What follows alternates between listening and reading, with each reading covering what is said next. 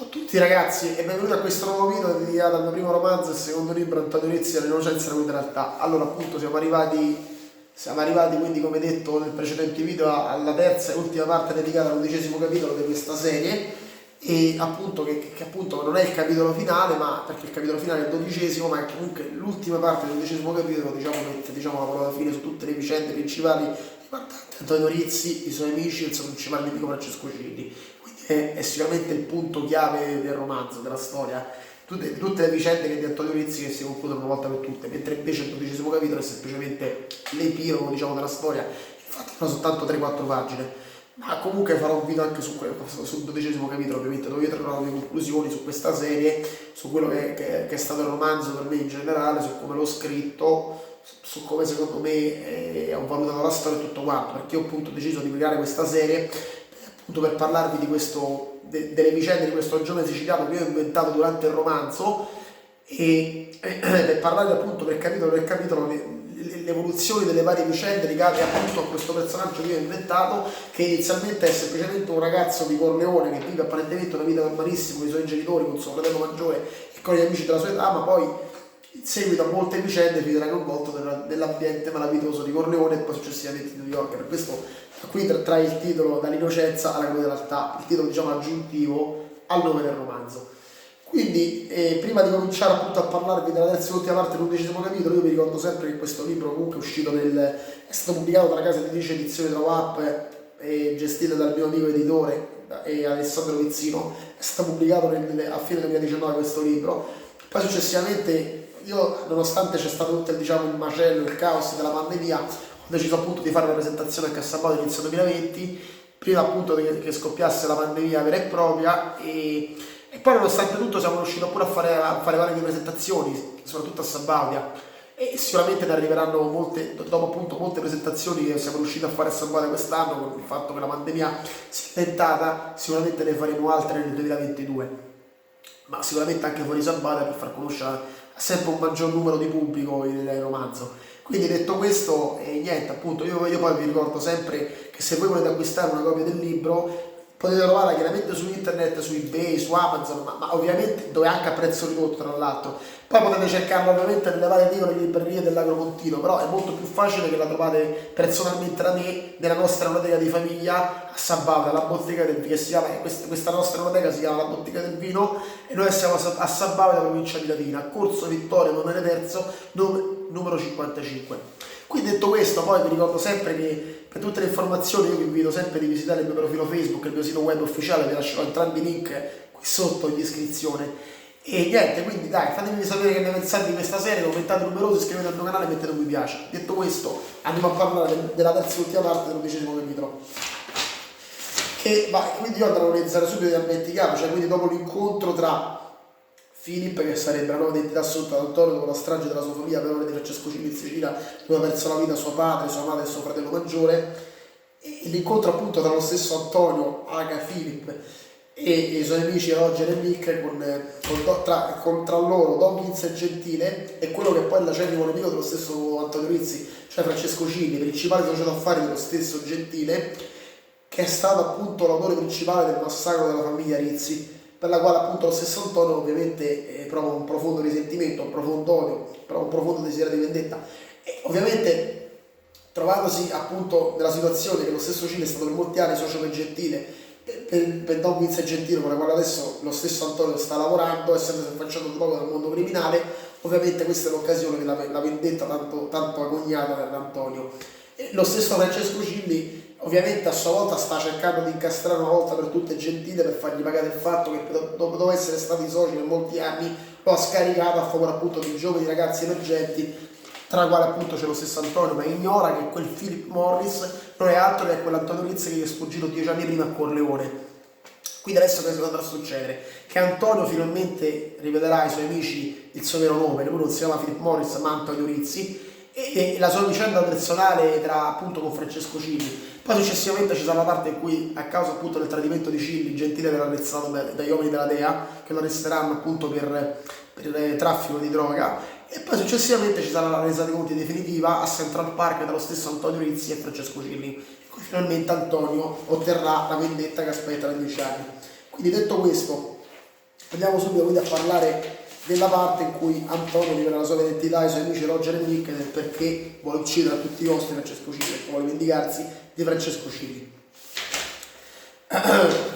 Quindi,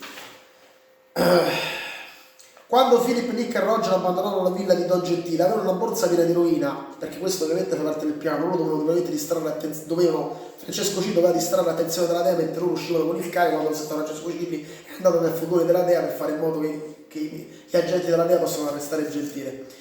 Non c'era traccia dei furgoni della dea quando i ragazzi uscivano e si diressero verso Central Park. Era quello il luogo stabilito di Gentile con il quale i ragazzi devono dirigersi, ed è qui che Philip finalmente, cioè a Valentina Antonio, rivela la sua vera identità ai suoi amici Roger e Nick. Nel suo test passato ne aveva parlato spesso con Nick e Roger, ma alle loro domande si è venuto a dire: non ho più una famiglia da molto tempo e lui mi colpeva la stessa persona per cui sono venuto a venire a New York e abbandonare i miei paesi e i miei amici. Era sempre stato molto vago con i suoi compagni e ogni volta che gli chiedevano del suo passato, e ogni volta Roger e Nick capivano che non era un argomento facile per Philip e quindi non insistevano. Adesso però doveva essere onesto in tutto per tutto con loro, visto che erano i suoi amici fidati. Se Francesco Cili voleva uccidere, anche Roger e Nick erano in pericolo, perché ovviamente facevano parte del gioco. E visto che si fidava ciecamente di loro, visto che li considerava amici fidatissimi, decise finalmente di rivelare la sua vera identità e perché voleva vendicarsi di Cili. Sapete ragazzi, sono sicuro che andare all'appuntamento con Francesco Cili sia esattamente fare il suo gioco, disse Philip a Nick e Roger. I due lo guardarono, ma non capirono perché a dove volesse arrivare Philip, cioè Antonio, e quindi chiesero spiegazioni. Scusa, ma a cosa ti riferisci, Phil? Stiamo eseguendo l'ordine di Don Gentile, cioè considera roba un suo contatto, e in cambio saremmo pagati profumatamente, disse Nick guardandolo perplesso. Forse non hai capito, Nick, sto dicendo che Francesco Cili non c'è la racconta giusta, l'avete visto mentre parlava con Gentile, guardava sempre fuori dove erano postati i furgoni sospetti. Era come se sapesse qualcosa, era come se appunto, se in verità le sue vere intenzioni fossero altre. Aspetta un secondo, disse Roger fermandosi. Stai dicendo che Francesco in qualche modo è coinvolto con la dea e ha discusso di affari con Gentile solo per raccogliere informazioni per incastrarlo? Non so se questa è la tua intenzione, ma quello di cui dobbiamo preoccuparci è quello che Francesco Cili è mente per noi, continuò Filippo, che finalmente stava arrivando al punto sperato. Scusa Filippo, ma non riesco a seguirti, fu la risposta perplessa di Roger. Perché dovremmo centrarci qualcosa con questa storia? Lavoriamo per Don Gentile, i suoi alleati, da poco più di un mese. Spacciamo da pochi anni, nessuno ci ha mai accusato di niente. Ma non è questo il punto, Roger, gli disse Antonio. Il vero punto è che io conoscevo già Francesco Cili, molto probabilmente lui si ricorda di me. Se prima Roger e Nick erano stupiti dalle sue affermazioni, adesso erano rimasti di sasso. Nessuno di noi poteva immaginare che l'uomo di cui Filippo aveva sempre parlato entrambi, l'uomo che l'aveva costretto a conoscenza d'Olof, era la stessa persona che si trovava in ufficio di Don Gentile e con cui avevano parlato solo pochi minuti prima. Stai forse dicendo che Francesco Cili, l'uomo che ha eliminato la tua famiglia, l'uomo dalla quale stai cercando la vendetta di cui non c'è parlato per molti anni?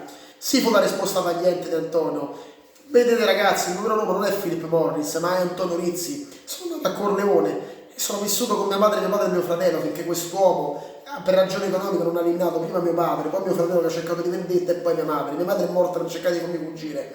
Ovviamente non ero sicuro della sua morte, ma non aveva cercato di contattarmi, quindi vuol dire che Francesco Cili e i suoi uomini l'hanno già fatta fuori. E quindi l'unica ragione che mi spinge a entrare ancora in questa storia è cercare finalmente di eliminare Francesco Cili e distruggerlo una volta per tutte per vendicarmi finalmente di quello che ha fatto la mia famiglia.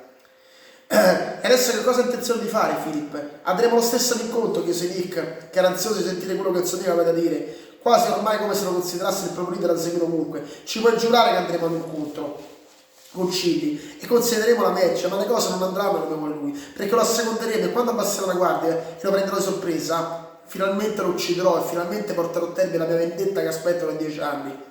E come farai? Chiese Roger. Con questa, rispose Antonio, tirando fuori una pistola 9 mm automatica. L'ho sfilata uno degli uomini di Gentile mentre ci considerava la droga. È un'arma utile quando devi affrontare un bastardo sputo come Francesco Cili, concluse Antonio. Nick e Roger lo guardavano convinti e decisero di seguirlo, incamminandosi al suo fianco. Qualunque cosa fosse successa, l'avrebbero seguito fino in fondo. E adesso quindi ragazzi ho finito di parlarvi della prima parte in cui finalmente Antonio rivela la sua vera identità a Nick e Roger e spiega ai suoi due migliori amici perché vuole morto Francesco Cili, del perché cerca di vendetta nei suoi confronti, della strage nei confronti della sua famiglia. Ma adesso andiamo direttamente anche al punto in cui come detto lo stesso Gentile l'incastrato da Cili che fa la soffiata alla dea facendo incastrare il boss per fargliela pagare per averlo scaricato, può essere stato suo socio per diversi anni. Il furgone con dentro gli agenti della DEA aveva finto abilmente di seguire Francesco.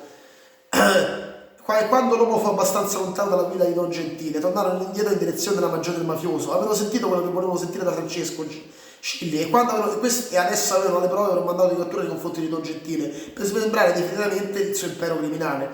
Non importa se saranno accordati con uno spacciatore come Francesco Scilli, perché alla fine anche lui era un trafficante di droga, come lo stesso Gentile. La cosa importante è che Francesca avrebbe collaborato con loro non sarebbero intervenuti nei suoi affari a New York e in cambio si sarebbero presi una parte dei suoi profitti.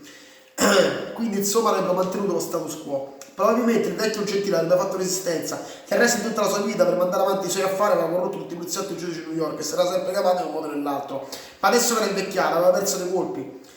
E anche se la sua intenzione era spassarsela su qualche isola caraibica, stavolta non aveva speranza. Sì, stavolta sarebbe finito definitivamente dietro le sbarre. Questa volta Gentile una speranza, le prese sono schiacciate, aveva abbastanza uomo per metterlo al fresco, o meglio ancora sottoterra, disse l'agente della DEA, il primo a cui Francesco Cilli aveva riferito quello che sapeva. Sì, ma non sono sicuro che uno come Francesco Cilli sia tanto migliore, disse il secondo agente, quello che non sembrava troppo convinto di collaborare con il mafioso. Dopotutto non è anche uno spacciatore, non è esattamente come Gentile. Non stiamo insomma diventando esattamente come loro, disse il secondo agente al suo collega. Questa non è una cosa importante per noi, disse l'altro. Quello che conta davvero è che quando Francesco Cilli salirà in cima per la piramide criminale, anche noi avremo la nostra parte. E soprattutto, e quindi guadagneremo anche noi. E soprattutto le persone come Gentile non le sopporto più. Sono anni che dominano questa città e meritano di finire dove devono stare, cioè dietro le sbarre. E ovviamente, come detto, guadagneremo anche diversi soldi. Spera che sia così il secondo agente, ma non sembra molto convinto. Saresti di sicuro così, rispose il suo compagno. Pronto? Siamo la squadra B, abbiamo un mandato di cattura per Vincenzo Gentile, gli diamo rinforzi, passo. Le squadre sono in movimento, agente, fu la risposta, e il furgone cominciò a muoversi. In direzione della villa di Don Gentile. Non si può certo dire che Vincenzo Gentile non fece resistenza.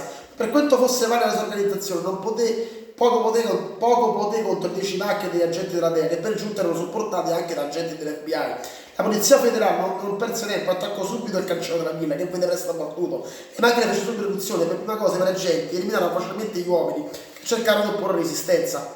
I due agenti con cui hanno parlato Francesco tentarono di convincere Don Gentile a consegnarsi, ma il boss non ne voleva sapere. E in quel preciso momento capì che l'unica spiegazione del perché i membri della DEA erano arrivati alla sua villa avevano intenzione di arrestarlo, se faceva resistenza a mandarlo sottoterra, era che lo stesso Francesco Cilli, quella serpe per cui si era affidato a Verani, che era stato suo socio, l'aveva tradito. Come previsto non si rivelò una scelta saggia, perché al suo rifiuto gli uomini della DEA entrarono e uccisero i rimanenti uomini delle donne.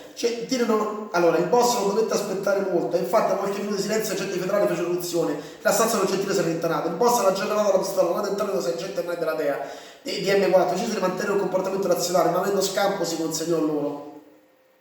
Allora, chi è il bastardo che mi ha venduto a voi piedi piatti? Disse l'agente della DEA guardandolo carico d'odio. Si era rivolto a quello che aveva sopportato Francesco Cilli, che sembrava felice come un bambino di doverti rispondere. Di sicuro non sarei contento se ti dico che a dirci tutti i suoi sporchi affari è stato Francesco Cilli. A quanto pare hai fatto male a affidarti al tuo vecchio socio Gentile. Era come se un fulmine avesse preso in pieno. Gentile era riempito e tremava di rabbia. Quel traditore, quella serpe, quel maledetto. Il tempo passa, Gentile, il tuo è figlio da parecchio, ora siamo noi a comandare. Portatelo via, disse l'agente ai suoi compagni. Gentile fu condotto fuori mentre sbraitava e lanciava le benedizioni contro Francesco Cilli, l'uomo che era stato per anni suo amico e socio e che adesso si era rivelato per quello che era veramente nella sua natura, un traditore.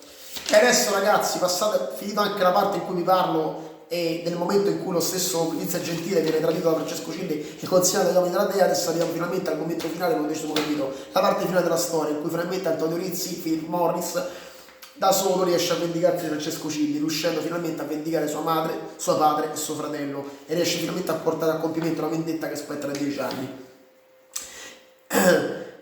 Philip e i suoi amici Nick e Roger erano arrivati a Central Park e stavano entrando nel parco. Di Francesco Cilli però non c'è la traccia e adesso Antonio cominciava a innervosirsi. Central Park era comunque il posto perfetto per avere i conti. Il parco era grande, il punto dove Gentile aveva stabilito che non dovesse consegnarsi la merce a Francesco Cilli era sempre desolato. Ci passava solo qualcuno che faceva jogging, non era un luogo trafficato, era il luogo ideale se qualcuno aveva intenzione di prendere di sorpresa un solo e eliminarlo.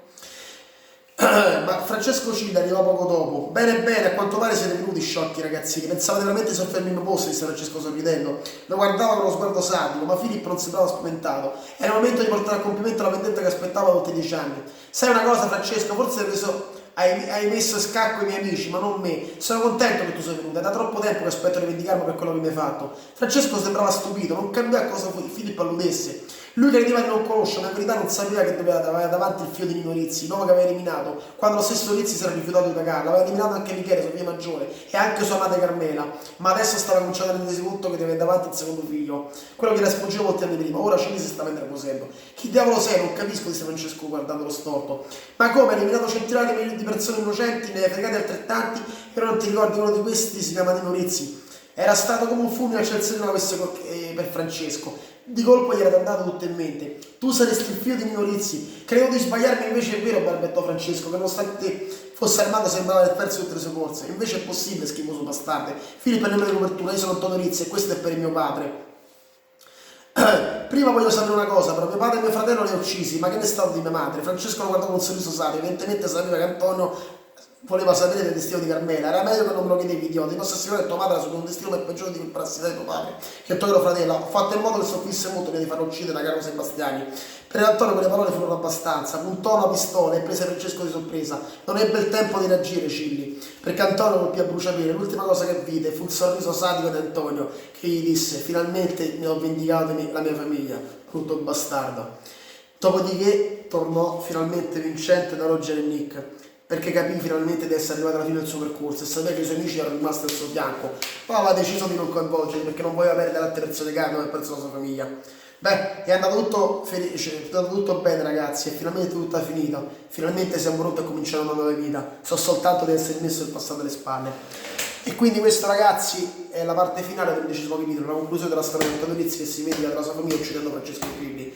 Poi ovviamente adesso ci sarà il 12° capitolo, io farò un altro video dedicato a questo, ma è soltanto il video della storia che si conclude in effetti con il 12° capitolo. Quindi spero che il video vi sia piaciuto e come vedete all'inizio del video commentate numerosi, iscrivetevi al mio canale e mettete un mi piace. Ciao ragazzi e a presto!